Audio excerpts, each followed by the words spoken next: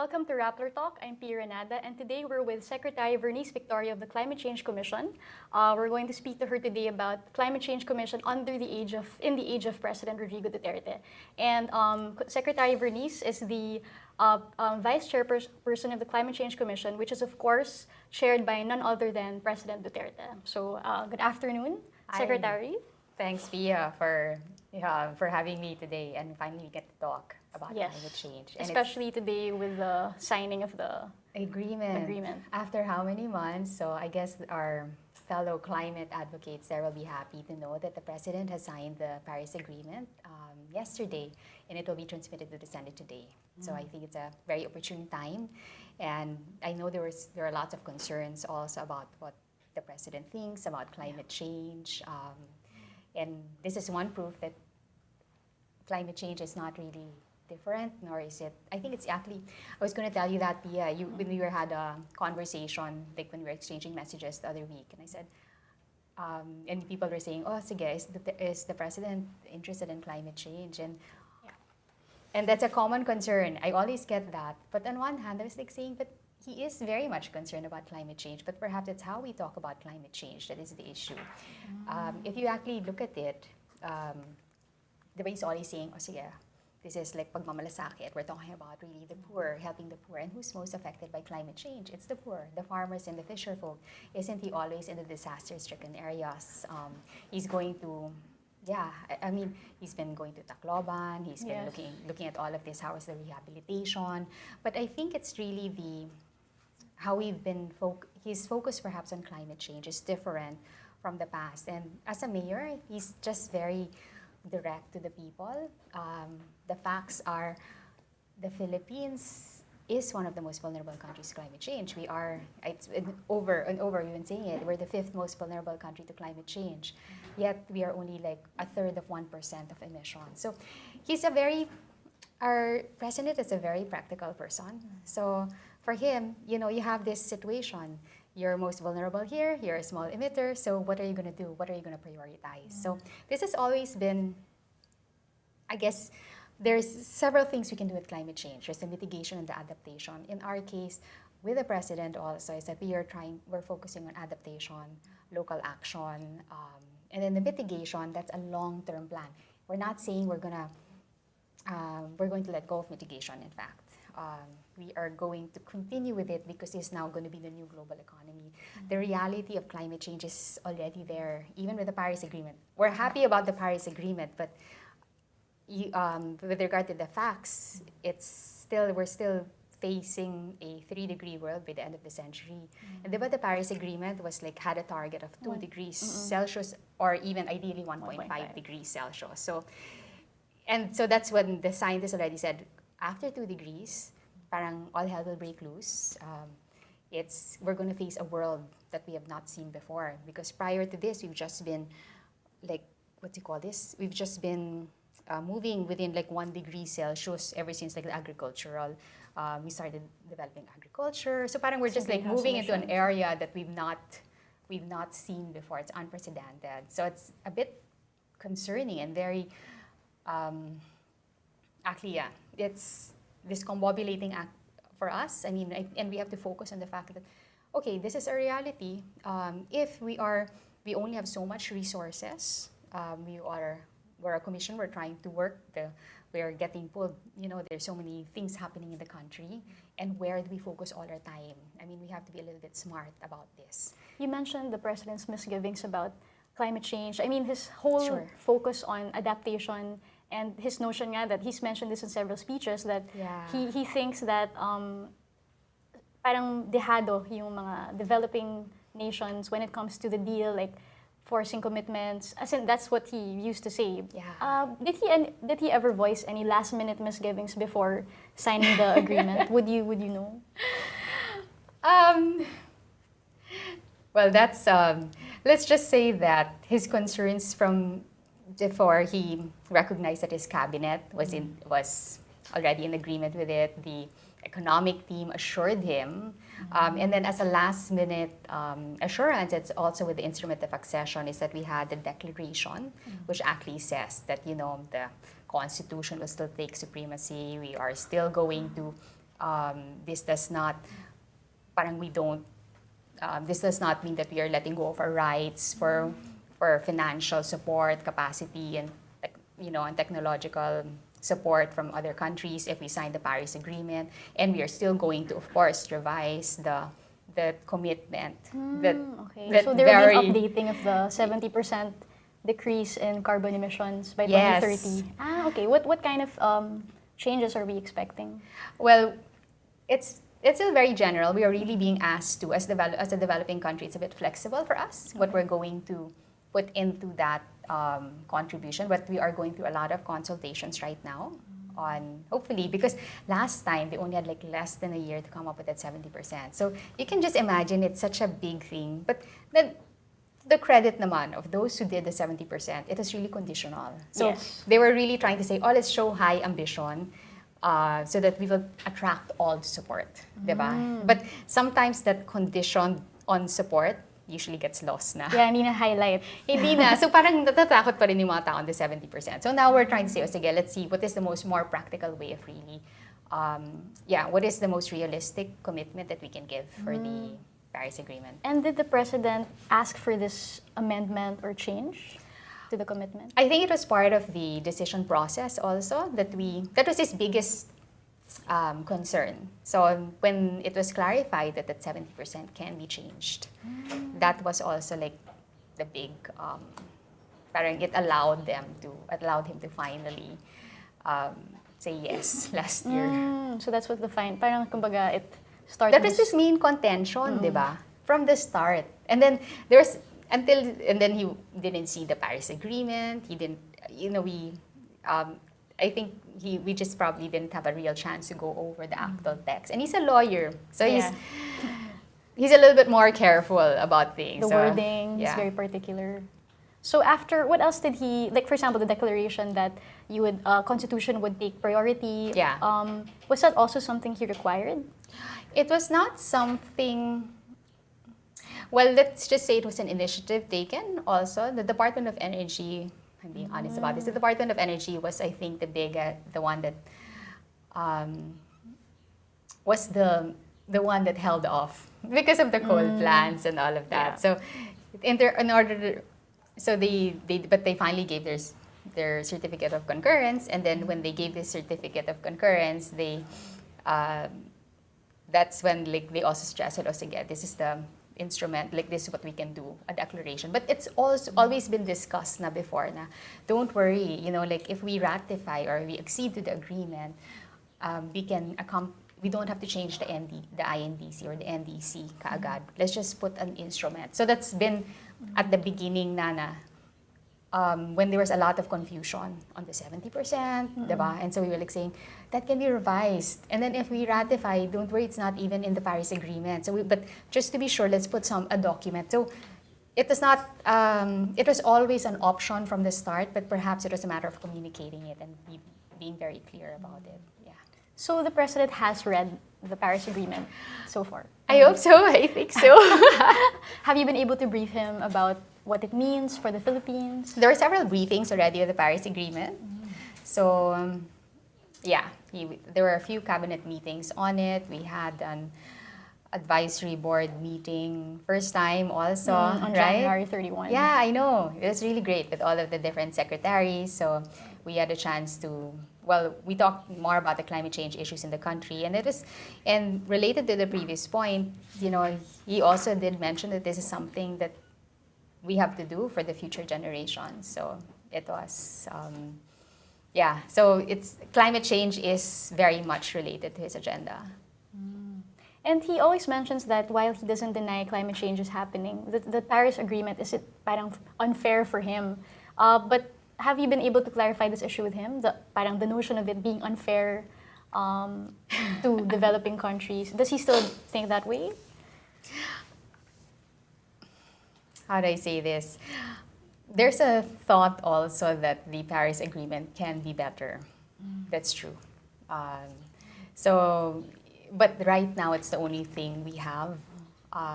Even for us, as one of those who were that there's this whole thought movement, no, that there's this thought process kasi yung UNFCCC, the convention in 1992 was actually stronger, wherein really the developed countries were the ones who were supposed to take on most of the responsibility This for is the Kyoto addressing climate Protocol. change. Tama ba? No, the UNFCCC, the convention that started it all in 1992. If you read it, Pia, it's so beautiful. Sabi ko nga, it was such an inspired moment when the developed countries really said, okay, we're historically responsible for the emissions. We are going to manage it. Parang we're the ones who are going to take responsibility for it, accountability for it. We will help the developing nations. So I guess the Kyoto Protocol happened.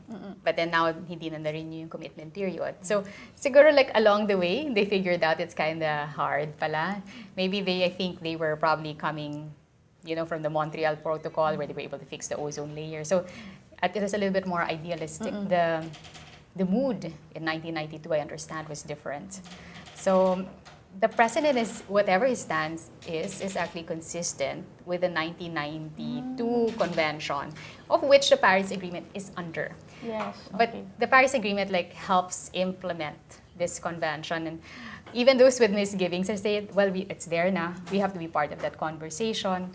We have to continuously advocate for our rights. We cannot be excluded from those talks. Given the his signing of the agreement, did he give any specific directive as to how we would implement the treaty, or what now would be the focus of the commission given the signing? For us, while we have the signing, we have to fix, of course, our contribution to the Paris Agreement. But at the same time, our bigger fight here in the commission is really a local action. So one of the things we are seeking to do is to have all of the local climate change action plans done. So at the local level, sana by this year, even just a first round, and then we can make it even have a better quality next year, because that's that's one thing, no, the Paris. But there's the bigger, really. I think there's the international and still the local and the national issues. And right now we are still responsible to our people for the national issues. But it's great, the being part of that international discussion. How many local climate action plans have been submitted to the commission? I'm getting different numbers, but I'll tell you, officially I have about 1,115 submitted out of about 1,700 LGUs. But they call it as a document called LCCAP. So we've not really had the chance to quality assure this. Okay. So a few naman would say it's about 300, 600. So I'll just say na lang the official. Which is the... We'll have to fix pa the So that's 1,115. Na hindi pa parang reviewed. Hindi pa siya reviewed. That's why it's like a colatillo, a document called LCCAP. So we have to look at it. And so but now we're doing a round.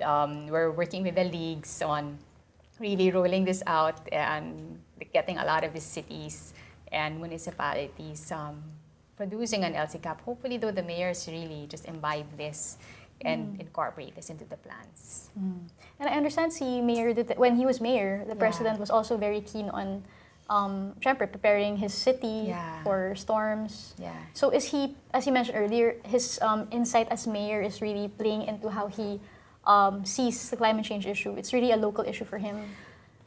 I think so. I mean, he's more connected to the ground. And that's what I see him also as a president. He's just very much connected to his people, diba? He doesn't seem to want anything very theoretical, very high level, diba? He's just, what does it mean? Ano yung benefits yata sa tao? So, as long as climate change is our biggest security issue. So, if we stick with that, and we stick with the fact that there's going to be our food security will become a concern. Water becomes a concern, and of course, people will be dying from, lives will be at stake. So, climate change is so much part of his agenda, and if you can see nga, so the way the administration currently is structured, we even have some point persons also in the cabinet, office of the cabinet secretary, looking at climate change. It's in the Philippine Development Plan. Yes. It's in his the agenda. So parang it's everywhere. So we're not. So don't worry about those who are thinking that he's not into climate change. It's just a matter of how we are communicating climate change. When I think that what he just gets a bit. This is my personally. I think he just gets a bit concerned when we are. There's some gray areas, diba, when it comes to like the climate, the advocacy, and the environment. Climate justice. Yeah. So big in his sometimes mind. he gets. I think when we start talking about like if it's going to affect naman his other, it's a balancing act, diba? His socioeconomic concerns. Then that's when maybe he will be a little bit more cautious on how we talk about climate change. Have you given him assurances that our commitment, like mitigation and climate change adaptation, won't really get in the way of economic growth? Or do you think it will get in the way of? I don't think, it's up to us.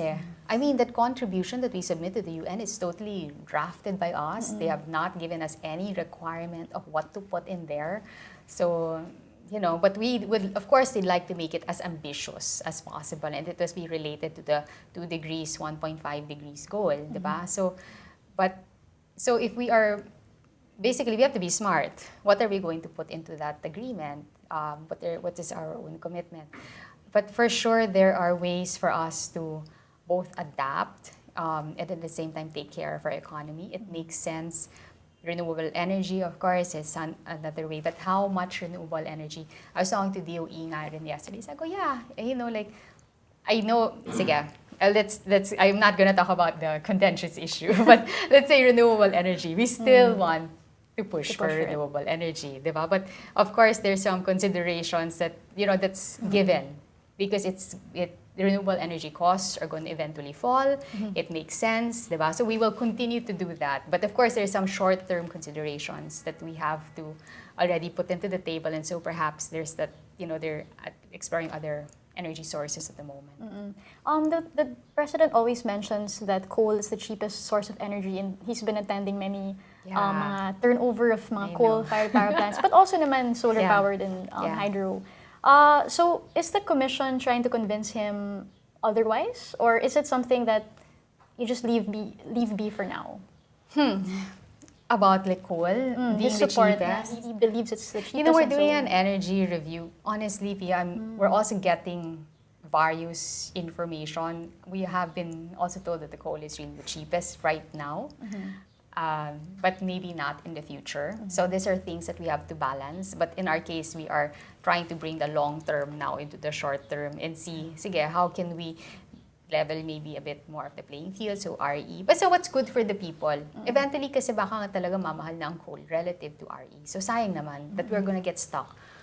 But he knows this. The president has been told that the possible I think dropping of prices of renewable I think he's aware of it, but right now the studies are not very precise. I will admit, no, even like sa energy, madami pa kaming nakukuhang mga itong analysis. So, but definitely there's a general trend that we can say that it is going to go down. But he still has to provide energy for his people, and that's his big concern right now. Okay. Just going back to the first climate change commission meeting with the president. So, how was he like during that meeting? Was he in a good mood to talk about climate change? I think so. I mean, he gave us how long then? Yeah, I don't know. It was really climate change lang, diba? The topic of the whole meeting. So I think it started like more than an hour. He was a bit late, but yeah, so he was in a relatively good mood naman. Was he joking around? Yeah, he was joking around, but and then there were light conversations also about other things, and then unfortunately he just had to leave a little bit earlier. And what was the message he wanted to impart? Sorry, the message he wanted to impart while he was there. What was his central message? The central message.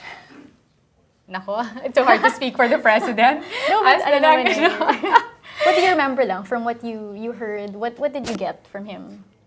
I'll talk about myself? Yes. Well, I guess for him, the mere fact that he I guess since he convened the Climate Change Advisory Board, diba? But, and he did ask, in fact, all of the secretaries had mostly, how many, we have about, siguro, a number para siyang cabinet meeting Dami din mga sa labor 17 to secretary 18, pang all house there. secretaries. So he did ask all secretaries to be there, not just undersecretaries. So I think that sent a very strong message already. The mere fact that he convened it, we talked about the priorities, but everything was all in line with, okay, this is how we're basically going to approach a climate change issue. And we're focusing it on like the priorities of the people, how it's going to affect them. So that's it was on a light, yeah, he was, I think he was in a very generally light mood. So it was, yeah, that was his mood during the meeting. I wouldn't say that, diba? So he was, and he was like, basically, because yeah, we agree, this is what we have to do. Yeah, I'm trying to see like what would be the right way to capture what he was trying to say. But basically, that adaptation would take center. We did talk about it, like the adaptation. Of course, adaptation is still the issue. Local action. We're trying to talk also about bringing in more science to the, because that is our added value also as a commission. Is that how people are so focused, diba? But they need the information. So we're basically, as a policy formulating body, we're supposed to give them the science or the basis, the knowledge behind it. And did he make any promise to convene the board regularly? We're hoping to convene the board wala siyang any regularly. directive. Yeah, we'll see. We're working on that. But we're looking at maybe creating subgroups on the advisory board also. Okay. So now we're moving on to a different topic. It would Okay. revolve more around your appointment as acting vice chairperson, and just give us a rundown of what were the Sure. events leading to your appointment, because now you're heading the commission under him, right? So yeah, everyone knows that he did yung mga appointees of yeah, he police did admin. ask all of us to resign. I was well, as commissioners, we do have fixed terms. So, but then I guess for me, like, I felt like it's so important for the advocacy, sabi ko, that he works with people with whom he trusts and has confidence in. Otherwise, hindi kami papansinin as a commission. It can be effective as a commission. Yeah, and even when we talk to the cabinet secretaries, kung parang alam naman nila na hindi ka naman inapansin, dapat ka papansin, di ba? So you'll just be a lone voice. So it will be doing a disservice to the work that we have. So, yeah. But that was like last year. That was like last August. We were given like 5 days. But prior to that, I was talking to people. So I go, if the president has to recognize the people in the commission. He's our chairman. So I go, let's offer courtesy resignations. But yeah, so I did offer my courtesy resignation. But things just ended up differently, I guess. So you were told that he rejected your courtesy resignation, so something like that, or more of... Well, it's them He for won't them act. to act. Ah. It's for them to act on it. So you give some, and then it's them naman whether they will accept it, whether they want to do something with it, diba? So it's just it's really just what they're gonna do with it. And then January, It's a courtesy. They told you that instead of you resigning, you would be made acting vice chairperson. Yeah, I got a notice. That was, that was a bit of a surprise. Actually, my mind was already, well, there are things happening last year, but like, I didn't want to think about it. In my case, I said, sige, this is our advocacy, so my mind was really moving towards also, okay, these are the things I'm gonna do. Kasi, alam mo, mas masarap ang buhay ng commissioner. What do you mean? Huh? You're Well- able to do a lot of things? Or? Well, the thing is, if you're vice chair, you're also executive director. So that means you have to manage all of this, the whole office. You're responsible for, you have to take care of the finances. You have to take care of all of the considerations of the agency. The commissioner, you're really just a policy person, and you can advocate. I mean, you're gone with the executive functions. You're just totally legislative. I just have to so you can do things. So But it's different. For me, I'm just taking it on, okay, there's a responsibility that's given to you. So I'm just trying to make the most out of it. There are things that we'd like to do. Hopefully, we'll bring out the results, Pia. So, not yet now. Or parang ako lang, let's see. When people say, oh, hey, congratulations, sabi ko, there's nothing. At the end of the day, it's still the results. So, let's see 1 year from now, or hopefully a few months from now, we're really able to bring out something and really deliver real benefits to people. So the people also want to know exactly what background you bring into the to the Sure. commission. And I remember you are from the Manila Observatory. So you've had a background on mitigation. Can you just elaborate more on where you came from before the commission? Well, no, I did work with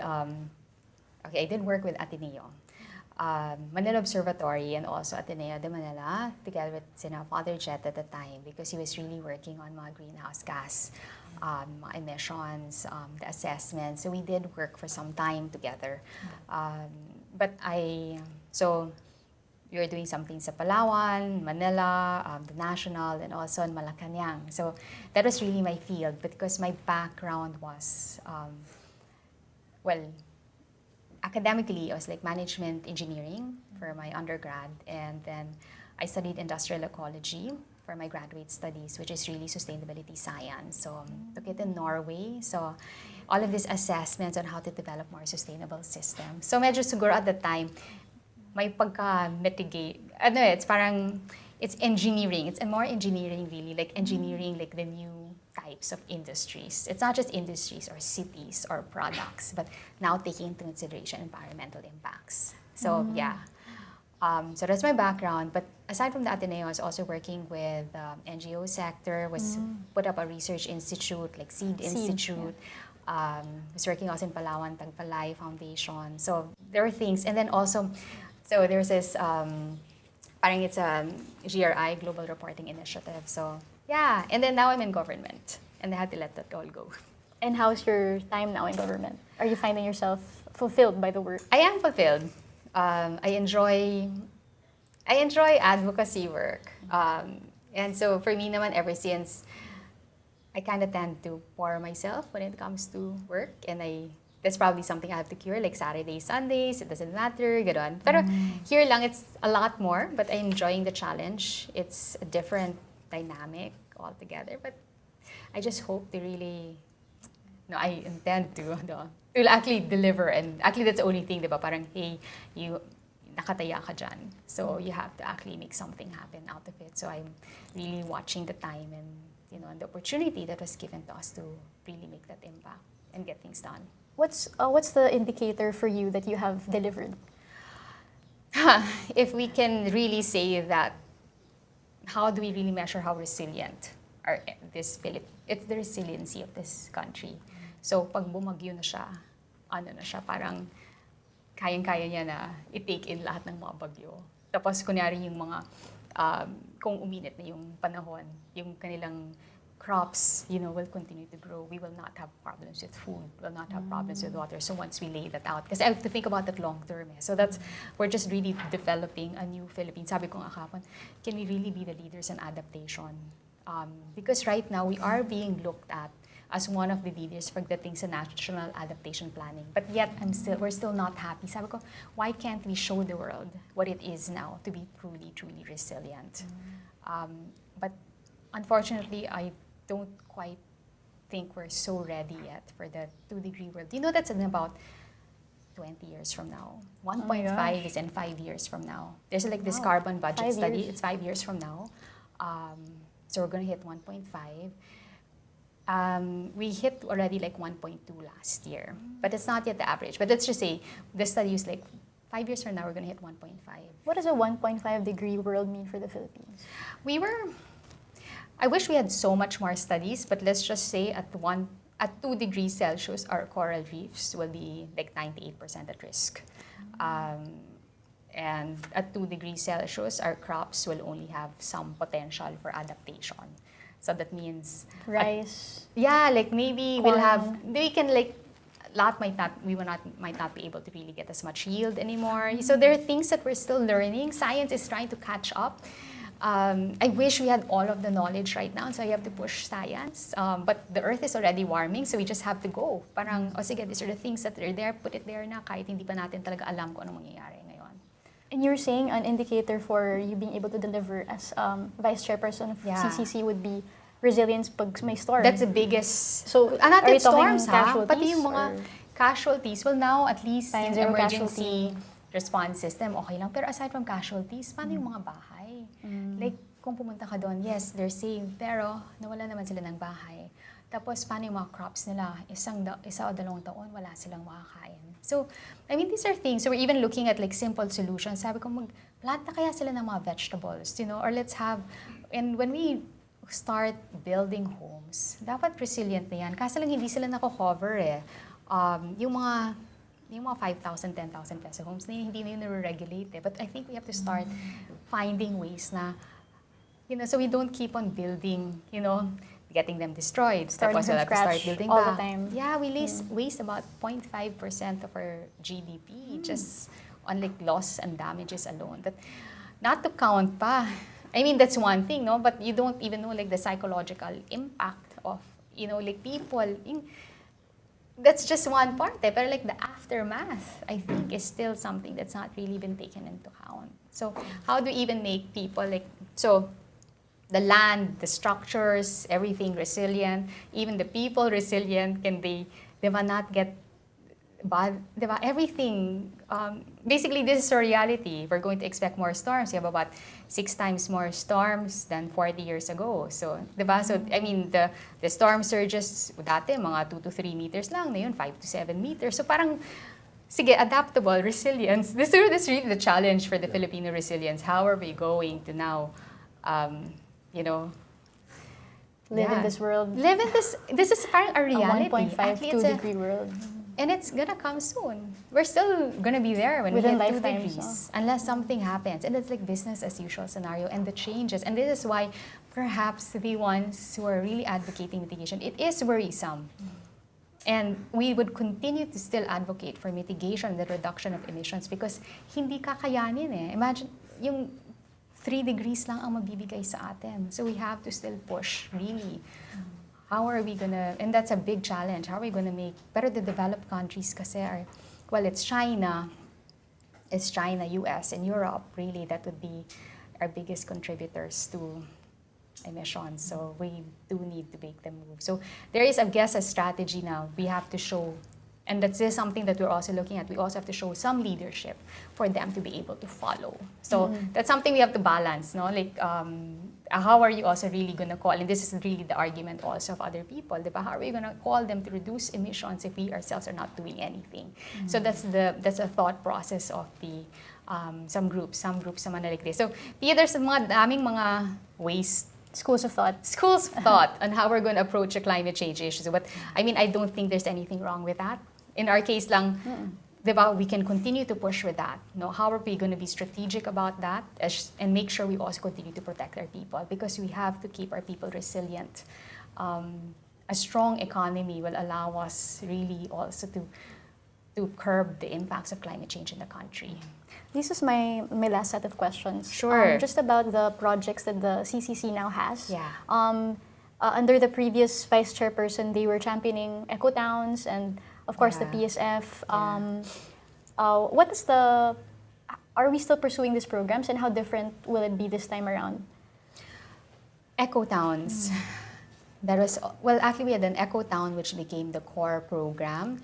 The core program is still that, but it's like an advanced local climate change action plan. It's a bit more, I'll just say it's an advanced version of how to develop a more resilient town. So that is still there in the pipeline.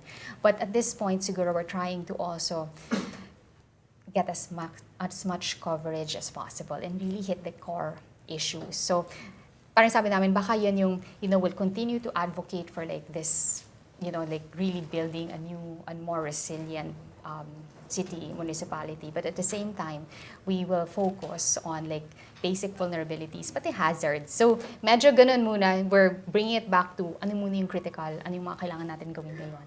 Tapos, let's move forward later on. Tuloy-tuloy pa rin yun. But it's just a matter of like, sige, bigyan rin natin ng pansin ng mga critical issues. Critical meaning things that require urgent I think so. attention. Like the hazards, kasi yung the Eco Town is parang, and the core program, the Communities for Resilience program, it's parang almost like a step 2 after you've done your basic LCCAP. So there's the local climate change action plan, which is then is like required from the different LGU. So, so in our case, parang, sige, let's fix first our step 1. Yeah, okay. Yeah. Diba? Yung submission Before, of plans, yung yeah, or like the reviewing. basic vulnerability assessments. Tapos yung vulnerability assessments, after this, we're even gonna level it up by really putting more geospatial data, having more models in it. So, pero sabi namin, baka complicated. Wag na natin overcomplicate at pahirapan ng LGUs. Nahirapan ng LGUs. What's more important, dapat at the very least, yung pinaka-basic gawin na nila. Diba? Absorb na nila to. Tapos, we'll go to them again. Diba? Let's do what we can right now. Kasi baka we might be asking them for so much. Overload na. Yeah, and that's really their concern. And sayang naman, baka nga may plans. They might, if they don't even absorb it, sabi ko, what's the point? Actually, sabi ko nga, kahit na nga, hindi na nga maganda yung nasulat eh. Pero pag sabi nilang may storm, evacuate lahat. Yung parang gano'n yung talagang mangyayari. At what's more important is the action. Diba? The plan is supposed to have facilitated the action. So, even if the plan is not written well, but the action happens, that's great. Compared to a beautifully written plan, but no action. Which can happen. Diba? Magka-cut and paste sila. Para maka-comply. Diba? You can do that. You can copy. Diba? Or have a consultant do it. Sabi ko, I'd prefer na, sige, basta whatever you have, basta may action. Makatulong tayo sa tao, magawa. Yung gano'n. Okay. And then, with the People's Survival Fund, so we have the law and the amount allocated for it. So, how many LGUs have already been given the PSF? We have about 2 LGUs that have been given. So, but we're hoping, we're streamlining the process. We're trying to get more people because it was, at least we understood, we had the first run last year of how to run the PSF. But we have about so much more in the pipeline eh. Siguro we have like 7 already up for like review na, and that's already more about 1 billion pesos, which is, that's about our funding for the year. How much was given to the 2 LGUs each? Do you remember? There are a total of about 120, parang 70 and 50. It's something along, along those lines. What were the projects that they are going to get funded? Well, a field school and like a ridge to reef, like an adaptation work. But the PSF kasi is so open. But I think later on, what we're trying to do is really come up with templates or programs so that kasi hirap rin ng LGUs mag-isip, ano bang pwede kong adaptation program?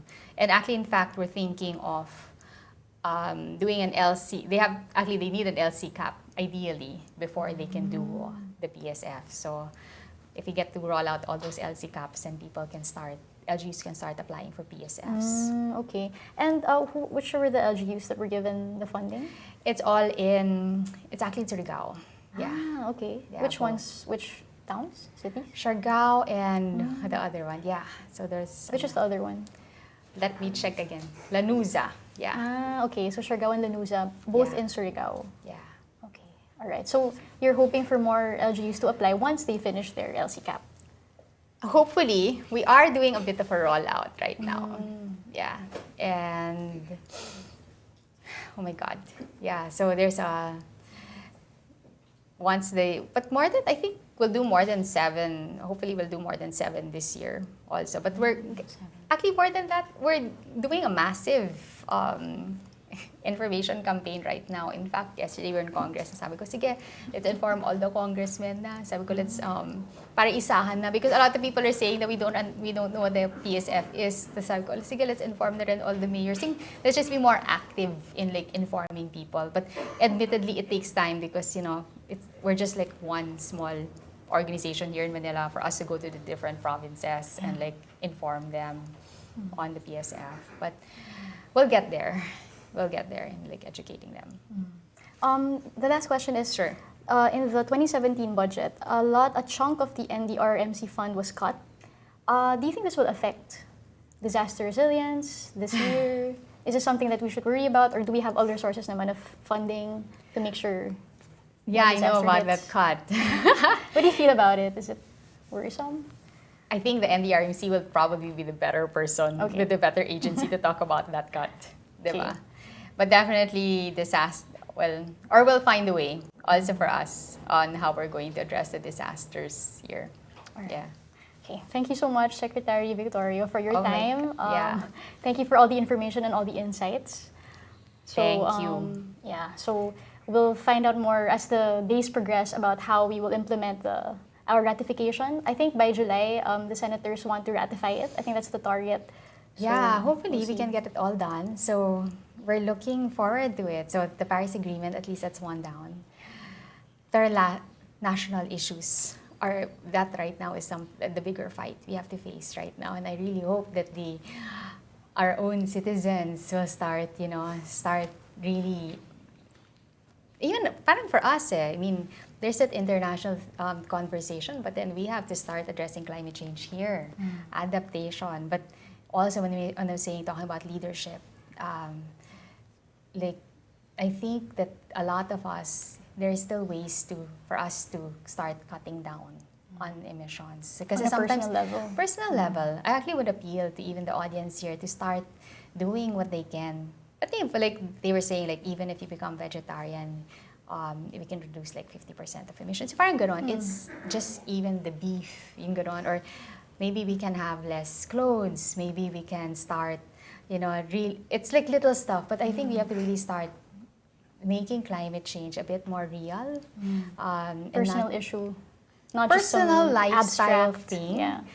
Not a theoretical thing that we just fight, but really I have to walk our talk and really put our money where our mouth is. Diba? Are we going to make a personal commitment now for climate change? And then we have to start, of course, then, influencing also our, it's because also our leaders will listen to the people. So if they realize that, this is really a big concern, lalo na the youth, I would actually really appeal to the youth. Please, we have to fight for this, that we have to start bringing it into our policies, bringing it to our plans. When you buy a house, do you know if that place is going to get flooded or landslide ba yan? But if you don't ask those questions, people will not care. Yeah. Diba? So I think we have to take it up and actually look at young people like, okay, let's be more entrepreneurs when it comes to climate change. Let's not wait for technology to come from abroad. But iinit ng mundo, sige magkakaroon ng madaming disasters, anong pwedeng mga systems ang pwede natin gawin? I mean, we'd have to be a little bit more proactive. So that's all I guess what I'd like to say here is that let's just take it out from all the legal and theory and all of the a lot of the talk when it comes to climate change, but it's really, really creeping on us very soon. But yet, I think we can still make more drastic changes when it comes to what we're going to do. And yeah, so even really a food for thought for me, for you also. I mean, we're both we're into this issue. Sabi ko na nga, oh my gosh, I have to do something personally for climate change and make my own little sacrifice. No matter how small. No matter how small. And I think that's a big issue with climate change. It's just that it's an environmental law of the commons. We only have small contributions. Nobody's accountable. We can start blaming one another. But then when will this blaming thing stop also if we don't take action ourselves? That's a good message, which we hope our viewers are able to absorb and take to heart your message about climate change. So we were speaking to Secretary Vernice Victorio of the Climate Change Commission. Thank you for watching Rappler Talk.